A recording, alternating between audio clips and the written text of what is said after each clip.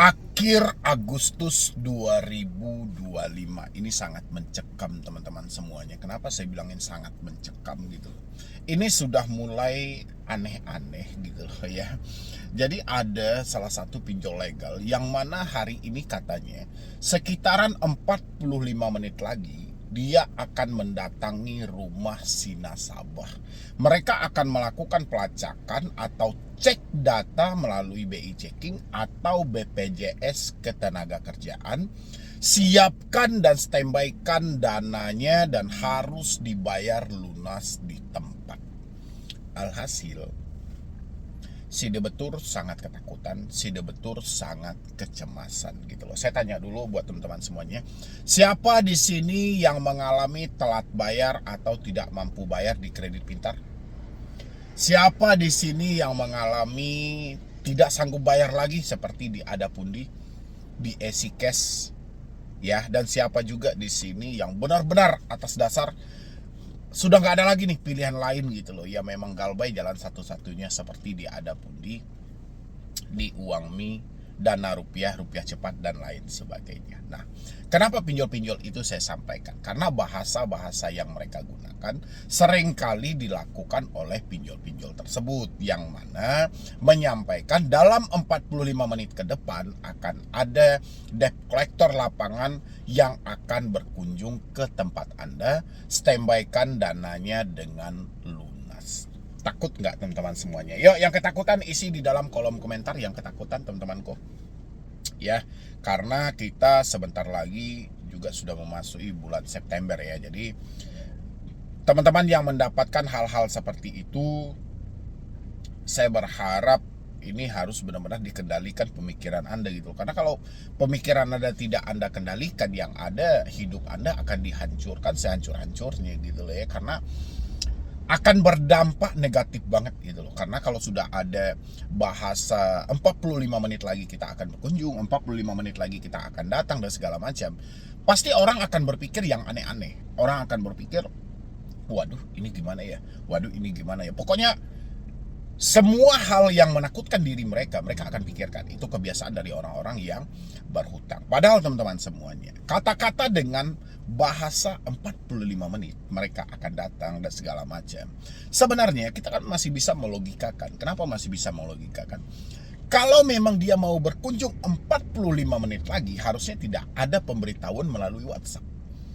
Ya, mungkin dia hanya semata menelpon kita, mereka tidak senggol-senggol soal mereka mau berkunjung ke rumah dan segala macam. Karena dampaknya adalah kalau dia menyebutkan dia mau datang dan segala macam, itu nasabah bisa kabur. Ya, itu nasabah bisa lari lebih awal karena nasabahnya akan ketakutan, ya nggak sih? Gitu loh, itu logikanya. Jadi menandakan mereka tidak berkunjung ke rumah Anda, tapi mereka selalu menyebutkan dalam bahasa 45 menit lagi kita akan berkunjung. Habis itu ditambah dengan bahasa bahwasannya mereka telah melakukan pelacakan melalui BI atau BPJS Ketenagakerjaan. Kalau BPJS Ketenagakerjaan, saya sampai detik ini itu ya memang membingungkan juga ya, karena aksesnya terlalu gampang loh. Tinggal diketik nomor NIK Anda aja melalui BPJS, itu nanti keluar data-data Anda, tempat kerja Anda yang baru itu keluar semuanya gitu loh. Jadi ya serba salah juga sih sebenarnya ya akses-akses seperti ini gitu loh. Jadi seakan-akan dari BPJS Ketenagakerjaan tidak ada perlindungan yang lebih spesifik gitu loh ya kalau tentang data-data seseorang gitu. Oke, kita balik ke pokoknya aja teman-teman semuanya. Tentang bahasa-bahasa seperti ini, saya harapkan teman-teman semuanya tidak ada satupun yang ketakutan. Saya selalu sampaikan sama Anda, masalah itu tidak akan bisa kita larikan dari WhatsApp tadi gitu loh. Anda mendapatkan chat-chat bahwasannya akan ada kunjungan 45 menit ke depan, itu biasanya melalui WhatsApp. Ya, itu tidak bisa Anda pungkiri. Ya, jadi kita mau mengedukasi teman-teman semuanya dari jalur manapun, tidak bisa kita lepaskan dari komunikasi ini. Ya, dari telepon, dari WhatsApp, dari email. Mungkin Anda udah bosan mungkin dengan bahasa-bahasa seperti, tapi ya kita apa boleh buat? Ya memang pada dasarnya sumber masalahnya itu lahirnya di sana. Ya, nggak mungkin dong teman-teman nggak dapat chat WhatsApp, Ya, teman-teman nggak dapat chat WhatsApp, teman-teman nggak dapat pemberitahuan dan segala macam, tiba-tiba langsung bertanya 45 menit lagi mereka akan datang, Bang. Mereka akan berkunjung dan segala macam gitu loh. Kan nggak mungkin. Berarti sumber masalah masih tetap 90% berada di WhatsApp. Ya, sumber masalah yang besar masih berada di telepon, masih berada di email. 3 hal ini menjadi penyumbang terbesar kepanikan yang ada dalam pemikiran teman-teman. Hal yang harus Anda lakukan, semisalnya gini ya. Kalau memang sudah benar-benar, nih teman-teman sudah benar-benar tidak mampu, hari ini sudah nggak mampu, udah nggak sanggup lagi. Saya rasa supaya Anda lebih fokus buat ke depannya, Anda bisa berbenah diri juga buat ke depannya, Anda bisa melihat celah dan peluang-peluang besar untuk Anda mengumpulkan uang buat ke depannya, ya mungkin alangkah baiknya telepon, WhatsApp, dan email itu bisa diputus dulu teman-teman. Jadi jangan teman-teman biarkan lagi telepon dan WhatsApp ini selalu berdering, selalu bisa dihubungi dan segala macam. Jadi rasa saya sudah saatnya teman-teman mengambil kesimpulan yang paling tepat untuk memutus semua komunikasi ini. Supaya kepanikan itu jangan lagi terus-terusan yang itu mengganggu buat kedepannya. Saya perhatikan sudah berapa banyak ini teman-teman yang menjadi orang yang merugi. Kenapa orang yang merugi? Selama Anda memikirkan benar atau tidak perkataan dari DC ini, itu sudah berapa banyak waktu yang Anda buang, yang seharusnya Anda bisa bekerja jadi nggak bisa bekerja, yang seharusnya Anda mau keluar rumah menemui rekan kerja dan segala macam jadi nggak jadi, karena pemikiran kita sudah kacau. Itu sudah mengalami kerugian yang cukup besar teman-teman. Makanya yang dibutuhkan hari ini adalah bagaimana pemikiran Anda ini tetap tenang, pemikiran Anda ini tetap bisa melihat peluang dan celah yang hebat buat kedepannya. Itu PR yang paling besar hari ini.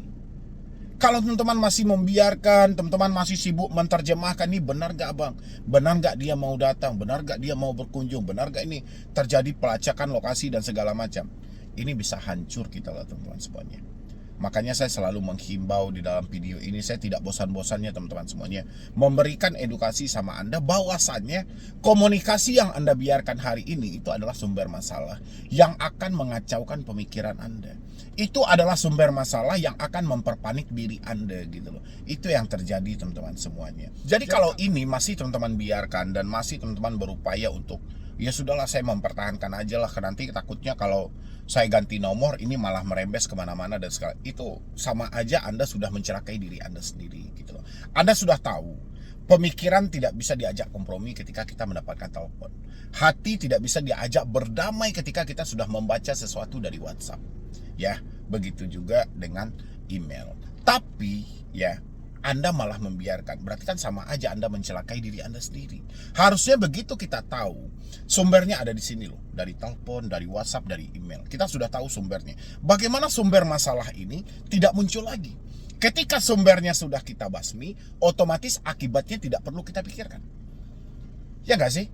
Tapi kalau kita sumbernya tidak kita basmi, akibatnya kita kupas selalu setiap hari, ini perkara tidak akan pernah selesai. Jadi kalau teman-teman beranggapan dengan teman-teman mengganti nomor, akan mereka menghubungi kondar di luar kondar dan segala macam, itu salah teman-teman. Ya, nggak ada hubungannya. Nomor Anda aktif, nomor Anda tidak aktif, kontak darurat ini tetap menjadi sasaran utama mereka. Kita sama tahu, kontak darurat dalam aturan pinjol itu tidak dipergunakan lagi sebagaimana aturan yang dibentuk oleh OJK. Kalau aturan OJK menyampaikan, kontak darurat hanya dipergunakan untuk menanyakan keberadaan si debitur. Ya, tidak boleh yang lain. Tidak ada ceritanya dia menagih, minta tolong sampaikan dan segala, ini nggak ada gitu loh. Hanya bertanya di mana yang bersangkutan. Hanya sebatas itu, ya. Dan habis itu, sebelum nomor itu ya dijadikan sebagai kontak darurat, pihak pinjol harus menelpon atau menghubungi si pemilik nomor dari kontak darurat tadi. Apakah dia setuju nomor dia dijadikan sebagai kontak darurat atau tidak. Dan itu harus didokumentasikan. Tapi pinjol mana yang mengikuti aturan itu? Gak ada. Ya, bahkan yang kita temukan, pinjol menjadikan kontak darurat sarana untuk tempat melakukan penagihan. Ini sudah keluar dari jalurnya. Sudah tidak sesuai lagi dengan jalurnya. Ini yang mau kita terjemahkan. Ya, makanya putus aja komunikasinya. Nanti kalau komunikasinya sudah diputus, kalau misalnya kita nanti dibenturkan dengan kontak darurat, kita masih bisa mengcover. Karena pemikiran kita tenang. Tapi kalau pemikiran kita masih stres, pemikiran kita masih campur aduk dan segala macam, tiba-tiba kontak darurat menghubungi, kita nggak mampu cover loh. Yang ada kita malah memberikan alasan palsu. Yang ada kalau kita malah memberikan cerita bohong. Itu yang terjadi. Ya, itu buat teman-teman semuanya. Makanya ambil aja nih kesimpulan yang paling tepat. Bagaimana hari ini Anda tidak mendengar lagi ocehan, kata-kata yang mana ini tidak nyaman di pemikiran kita, tidak nyaman di hati kita. Itu PR-nya lebih awal dulu gitu loh. Kalau semua ini nanti sudah Anda praktekkan, Anda sudah berada di titik tenang, insya Allah semuanya Anda pasti bisa cover. Ya, hidup Anda ke depannya jauh lebih baik. Tapi kalau Anda masih membiarkan aman atau tidak, ada DC atau tidak, segala macam, ini menandakan ya Anda akan dihancurkan lebih dalam lagi oleh pinjaman online. Ya, paham ya buat teman-teman semuanya. Jadi saya berharap dengan sesingkat video yang saya bikin ini, teman-teman ke depannya jauh lebih baik lagi. Jangan terlalu percaya dengan katanya 45 menit lagi akan ada kunjungan dan segala macam. Itu nggak usah Anda percaya. Kalau memang perasaan tidak bisa diajak kompromi, pakai logika kita untuk menerjemahkan semua ini. Ya, jadi sekian dulu dari saya, Medi Broni. Ya, assalamualaikum warahmatullahi wabarakatuh. Selamat sore buat teman-temanku semuanya, khususnya sudah ada di YouTube Solusi Hutang MB ya.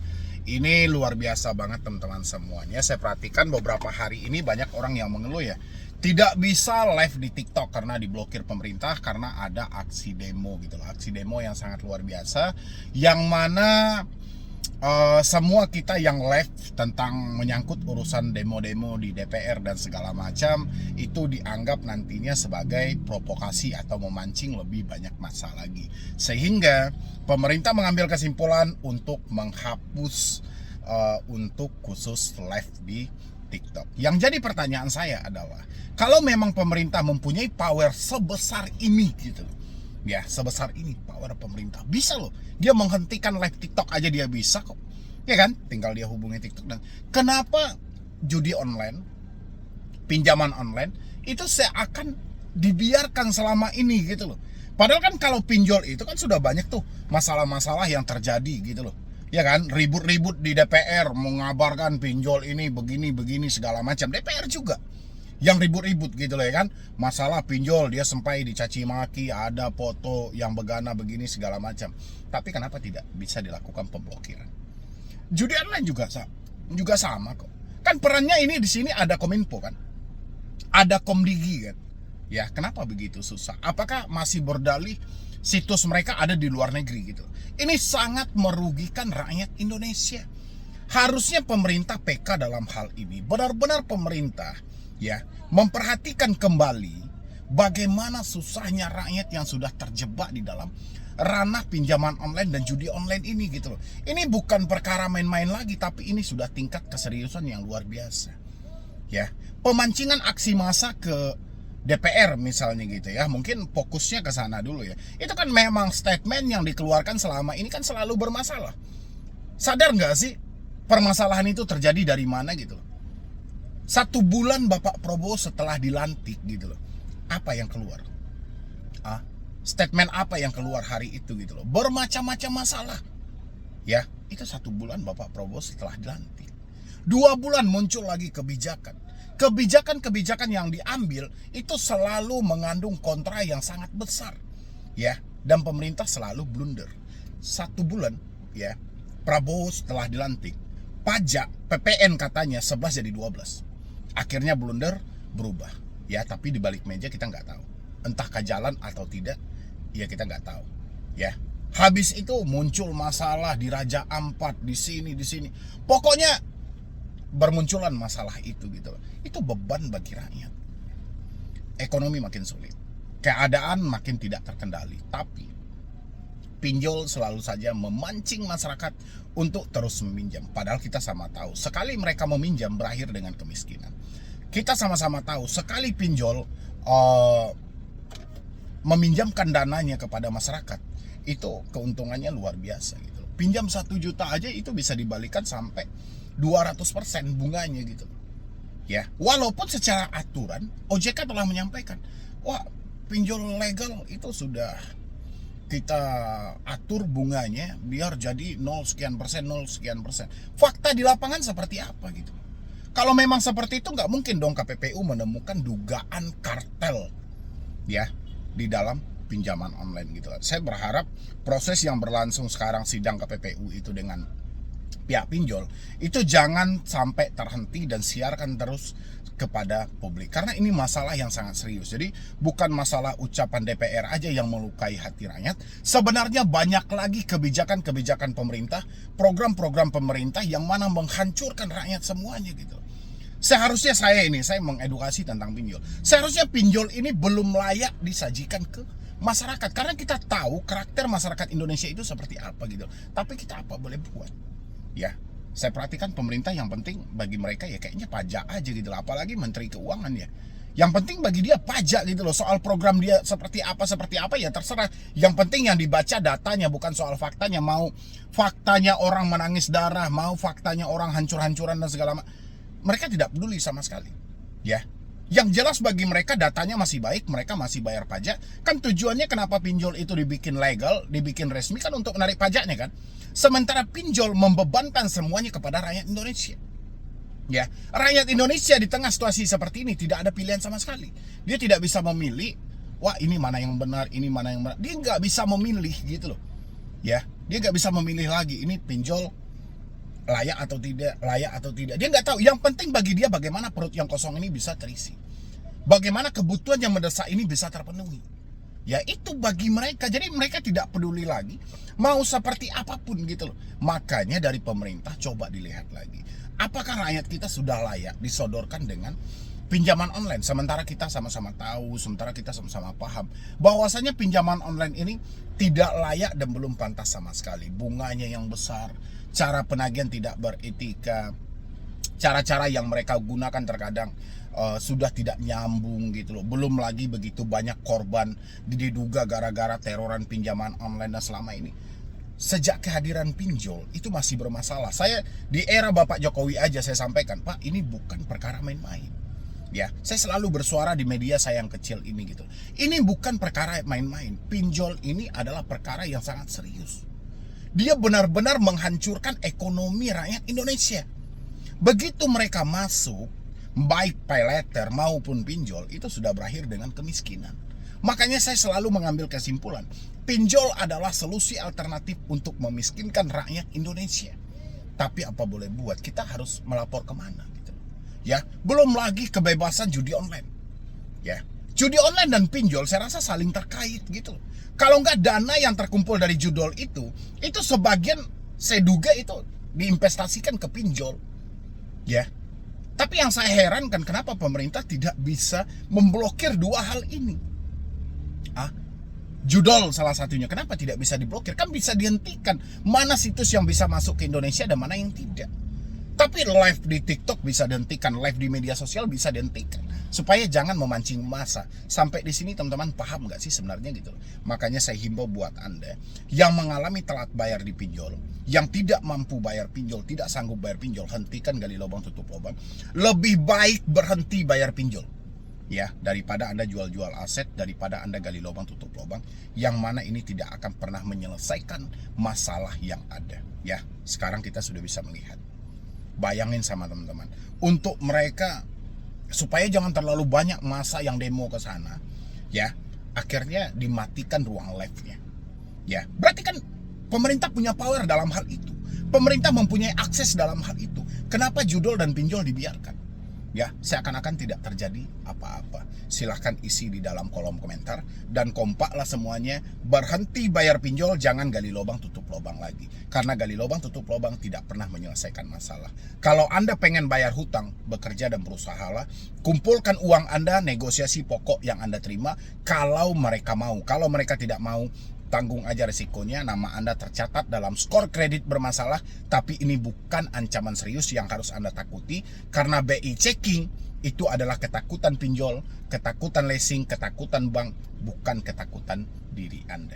Ingat, ketika nama Anda masuk BI checking, yang rugi pihak bank, tidak bisa menjual uang kepada Anda. Yang rugi leasing, tidak bisa menjual kendaraan secara kredit kepada Anda. Yang rugi pinjol, dia akan kehilangan nasabah. Ya, teman-teman semuanya, mungkin dari saya cuma itu aja. Teman-teman silahkan di-share video ini sebanyak-banyaknya dan isi di dalam kolom komentar apa pendapat Anda tentang dihilangkannya live TikTok tapi tidak pernah pinjol dan judul diblokir gitu loh. Ya, silahkan teman-teman isi di dalam kolom komentar. Saya akhiri, wassalam.